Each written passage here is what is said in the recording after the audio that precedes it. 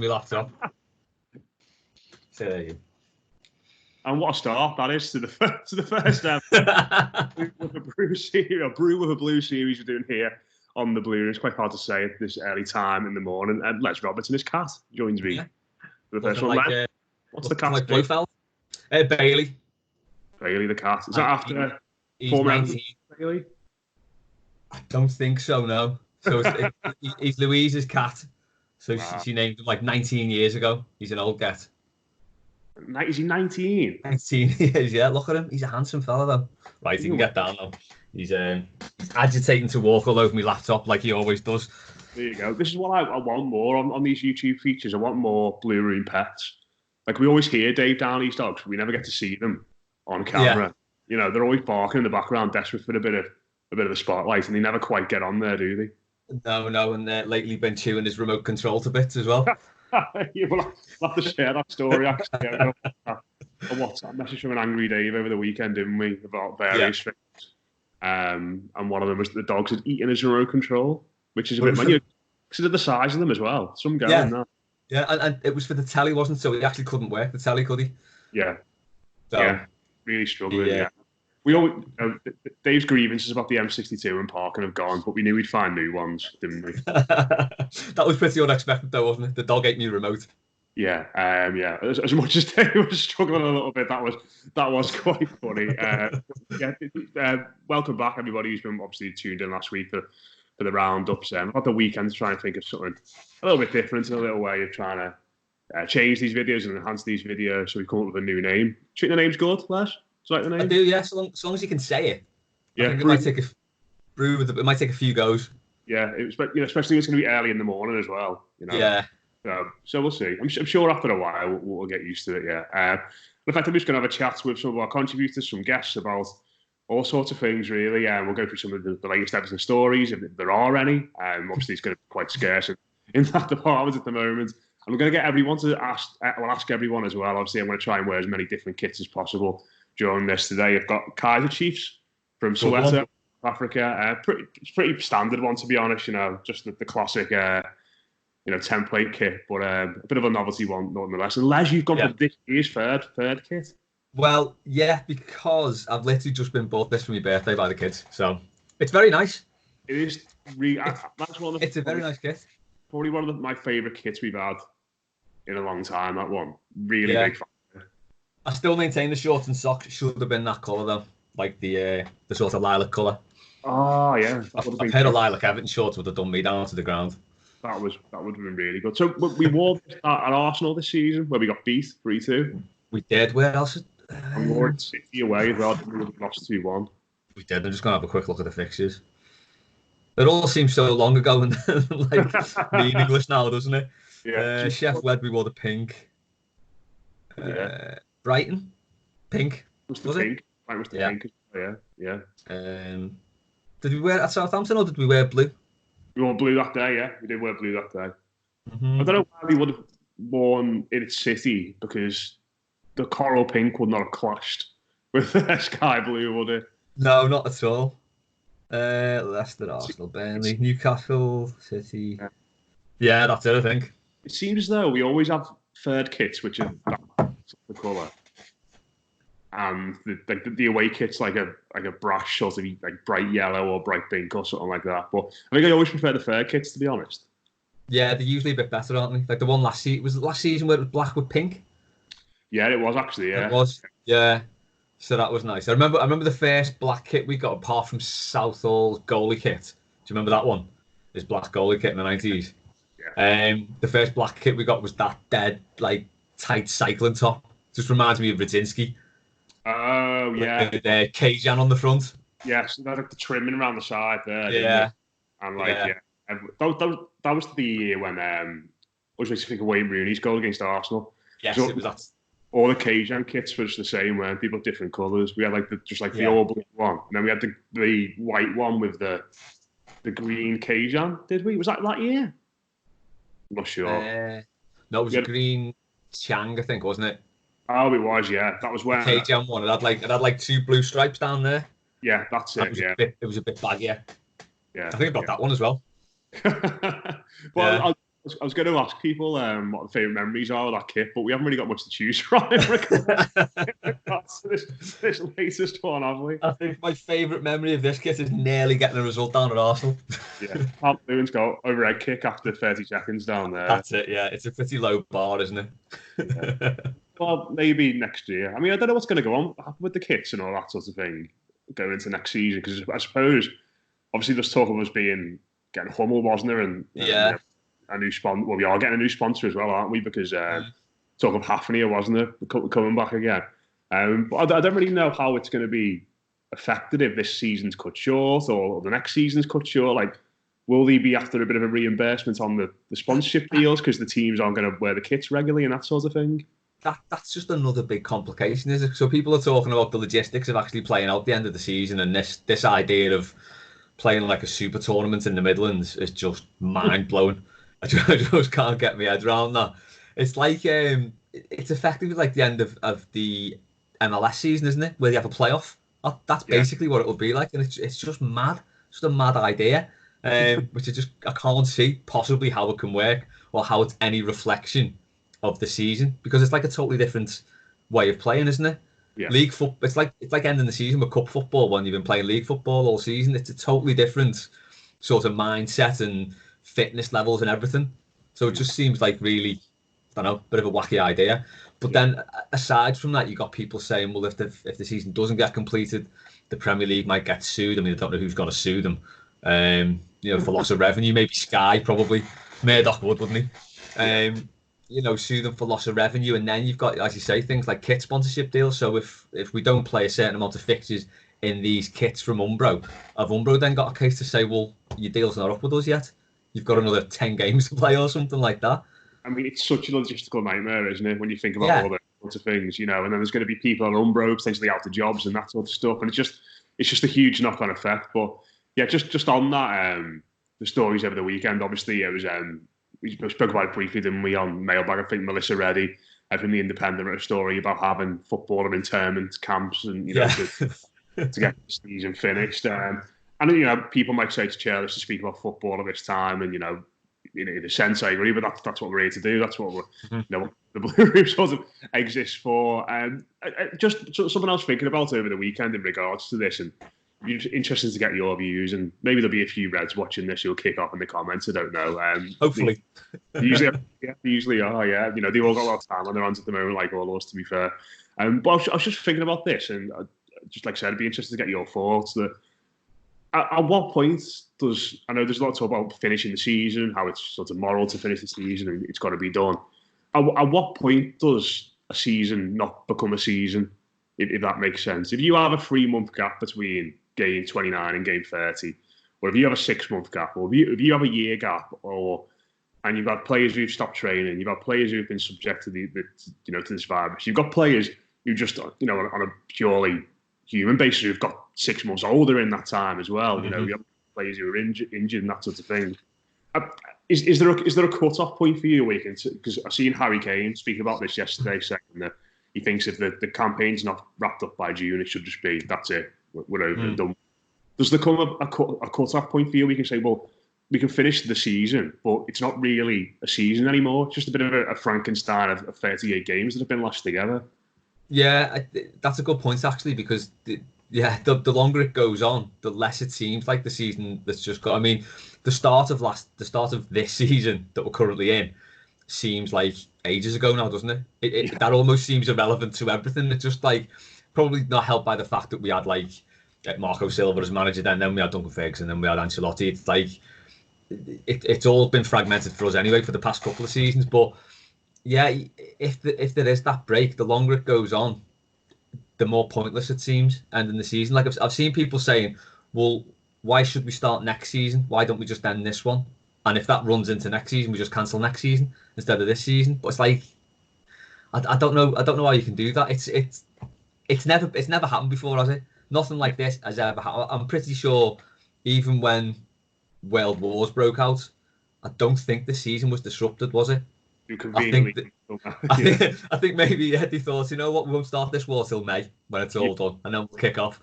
But I'm pretty sure the seasons were finished, and then just the next season was just wasn't done for a few years. So yeah, and there's players out of contract as well. Yeah. Their deals are going to end in June. Where did they? Yeah, well, yeah. Where do they stand then? So yeah, it just. I know. Even now, to me, if we start, say, obviously it's not going to happen, but say if there was Everton had a game on Wednesday night and the derby is rescheduled for Wednesday night, it wouldn't feel like the season that's sort of gone. It'd feel like a new campaign, and I know it's not. But I don't know if there's a point where they can go, well, it's not the 2019-20 Premier League season anymore. It's 2019-20 A and then 2019-20. And I don't know. I don't know if that's something that comes into the thinking first and foremost when they're making these decisions. Like, are they? I think it's not the campaign, or are they just simply we need to get these 38 games boxed off as quick as possible, which may not make for a great spectacle. But maybe that's why, with that in mind, and these internment camps, brought up and that sort of stuff. Maybe it's just a case of the money men driving it and want to get these boxed off so they can say, okay, we fulfilled all our obligations. Yeah, it does seem like that because it's not, rushing an end to the season in 2 months in the Midlands with all the players down there, like in these internment camps, which just sounds horrific. That's not really in the spirit of the competition, is it? That's not how it's meant to be played. That's not how it's meant to be done. And it does seem like, well, we've got to do it somehow, so why not just do it like this? But then on top of that, they're saying it's going to be like a TV mega event, which just makes me skin crawl anyway. But I mean, it's the people you've got to get down there for that. It's not literally a case of getting 22 fellas on a pitch with a referee and 2 linesmen. It's all the backroom staff. It's all the TV companies that are going to be down there. It's all the head cases in Stockley Park. It's everything, isn't it? It's it's all that though, isn't it? So it doesn't make any sense to me, and I can fully understand why the Reds are fuming over it, because you would be. It would be like, oh my god, it was there. We're 6 points away from winning this thing, and it stopped, and it might not restart. So yeah, you would be gutted about it. I think we said on Mailbag we'd be more prepared for this than they are. If this happened to us, we'd be like, well, of course that's happened. That was always going to happen, wasn't it? Well, you mentioned didn't you? Everton winning titles before both that sort of thing. Yeah, that's it. Yeah. So I think we've, in that regard, held the title for 20 seasons. If you want to look at it like that. But yeah, you can understand why there are these calls for it, and I think there's so many calls for it in the media just because there's so many Reds in the media. That's no coincidence at all. But I know it's our job to talk about football, but it is a bit. And I suppose it seems a bit crass, doesn't it? Yeah, that's probably the driving force behind those stories as well, isn't it? Because they have got obligations as journalists for national newspapers and to do reporting and fill quotas and that sort of thing. And I know people like Melissa Reddy gets a lot of stick because she is a Red and that sort of stuff. But I imagine she's got an editor saying, "Come on, I want a story about this, and this, and how it impacts Liverpool." So yeah, in that regard, it'd be interesting. But so the Midlands thing, I didn't realise this was an actual thing. Is it going to be at St George's Park? Is it? I don't know. I just read it over the weekend that it's going to be held in the Midlands, like just at a park in Bern. Maybe something like Hackney Marshes. Maybe there's something similar in the Midlands. Just like about 20 footy pitches next to each other. Just get all that down for a big tournament. Let's have a game of winner stays on. Have someone setting the nets up before the game. On someone's shoulders, pegging them up. Trying to find a dart and run the line or something like that. As Richarlison's running through on goal. God, yeah. Imagine him having to play to Sunday League standards. Who do you reckon would be out of our team? Who do you reckon would be best at like park footy like that, where they've got you've got bobbly pitches and you've got to dodge the dog shit and all that sort of stuff? Who would it be? Pickford, probably. Yeah, he could be an ALS footballer. Yeah, I suppose Richarlison's at the Brazilian favelas and all that, hasn't he, growing up? So maybe he's used that sort of what's it called on FIFA? Volta footy. Oh, is it? Yeah. 3-on-3 street football. Oh, right. Okay. Yeah. Oh, yeah. I've seen that. Yeah. In regards to series, Everton stories today, there's not tons about. I don't know if you've seen much of the links over the weekend, Les, to that Lille defender, Gabriel Magalhaes. Oh yeah, I think I've seen Chelsea. I've said they've signed him, haven't they, as well? Everton are back. Yeah. Yeah, losing out on a player. But just sort of following up from that, I saw an interesting piece from Paddy in The Athletic today saying that regardless of what happens, looking at a centre back in the summer, that it looks as though Mason Holgate's going to be Mason and Gabriel, or Mason and Michael Keane, or Mason and Yerry Mina. Do you think that's fair news? Has he earned that sort of starting spot and that significant role in the side? Yeah, he definitely has, hasn't he? I mean, you can say like for the first part of the season, Yerry Mina was looking like the sort of standout player, wasn't he? Yeah. He was looking good for sort of player of the season. He was going that well, but there's always like he's never too far from 3 games missing, is he? You always think he could always pick up an injury quite easily and be missing for 3 or 4 games. I mean, he's not really done that this season, but that injury record does suggest that he might not be the most reliable. Mason Holgate, on the playing side, he's done more than enough. I think we said before, he's been our best right back, centre mid, and centre back, hasn't he? So he could probably get player of the season in about 3 positions there. So yeah, I think it's testament to how he's pulled his own career around there, really, because you look at it, you get that move to West Brom. Our centre backs did all right last season. All right, we didn't get Kurt Zouma, and it could have been a much more different story for him if we had got Zouma. But he's put the work in and he's shown what a cracking player he is. So yeah, I think he does have to be the first choice. Plus he's getting to an age now where he's 23, 24? He's 23, isn't he? Yeah, so he's getting to that age now where he has to be making that position his own, and he is doing. And he does look head and shoulders, doesn't he, above pretty much anyone in the team. Yeah, he's been fantastic. Yeah. I think that Gabriel's like sort of look at what would be a good natural partner for Holgate as well, and you feel as though for all the good things he's done, he needs probably somebody like quite commanding next to him. I think that Gabriel is a big lad. He's left-sided as well, so you get that natural balance there. So it feels like they'd be a good natural sort of partnership too. Yeah, I think the only sort of downside to his game is early and physically he's not like the best, is he? But as you say, if he's got a big lad next to him, that works fine. Yeah, bit like Sylvain Distin and Johnny Heitinger. They were the days, weren't they? Hey, big shill.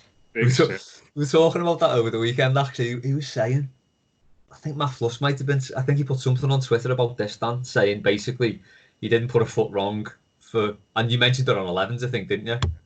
The Everton disappointment. He basically didn't put a foot wrong for 5 years or whatever he was at Everton, but he's remembered for that pass in the semi-final, and I think the one against Sporting Lisbon as well. One against Swansea when he sliced it behind him, didn't he? Yeah. So we've only made 3 mistakes in 5 years, but we remember every one of them. And I was saying to him, like, it's the same with Gary Stevens. He's probably the best right back we've ever had. Yeah. But all that ever gets mentioned is that pass to, I think it was Craig Johnson for the equaliser in the '86 final. It was a shocker, but to have his whole career sort of remembered for that, when he was a solid right back for a good 8 years, 9 years, something. It's mad. Very Everton though. Fingers crossed, Mason Holgate is remembered for something other than. But maybe just remembered for shoving Roberto Firmino into the main stand at Anfield. That was a good start, wasn't it? Yeah, fair enough. Yeah, fingers crossed. I suppose he's got a lot of time to get himself one of those infamous moments against the Reds. But yeah, fingers crossed it's a lot more positive. Les, you up to anything today or this week? Special? Just working. Yeah. So I am in the fortunate position whereby I've got a lot to write about in work. So yeah, it's keeping me busy, and it's justifying my position in the business, really, which is quite handy. So yeah, I've been really busy the last couple of weeks. I'll be on here a few times, do some of our shows and that sort of stuff. Oh yeah, I'll be doing mailbag on Friday. I've just got a fact for you. Oh, go yes. Before we go, so yeah, I've got the I think I've got Everton FC on this day by Neil Roberts, no relation. So apparently there's only one entry for the 30th of March, but on Saturday the 30th of March 1968, Everton produced a scintillating performance at Filbert Street en route to the FA Cup final with a 3-1 win over Leicester City in the quarter-final. Jimmy Husband scores twice, with Howard Kendall also finding the net as the Blues in a semi-final meeting with Leeds. Great. Scintillate. We lost the We did. Yeah, to West Brom, Jeff Astle goal. I'm pretty sure we battered them as well. Yeah. I think we hammered them in that game, and we were wearing the amber for that game. I think both sides wore the away kit for that game. So West Brom were in white with red socks, and Everton are in the amber top and blue shorts. There you go. Started Bit off on of unnecessary. kits as well. There you go. Great stuff. Lads have enjoyed it, and hopefully everybody else has enjoyed it as well. The subscription button is there. I got it wrong last week. Is it that side? Right. So if you want to subscribe, although we're on split screen, so we don't know. Oh, bloody hell. It could be anywhere. As you look at it, it is in the bottom right-hand corner. So subscribe to us, share this video, let us know what you think. Let us know what you think of Les's kit choice. I'm a big fan. Big fan. Tomorrow, it's Kate Riley James, or Kate James Riley, as I KJR. KJR, yeah. So we'll see what clever she's got on and have a chat about all things Toppies are there as well. That's been your first ever brew with a blue. Got it right. They got it right. We'll speak to you.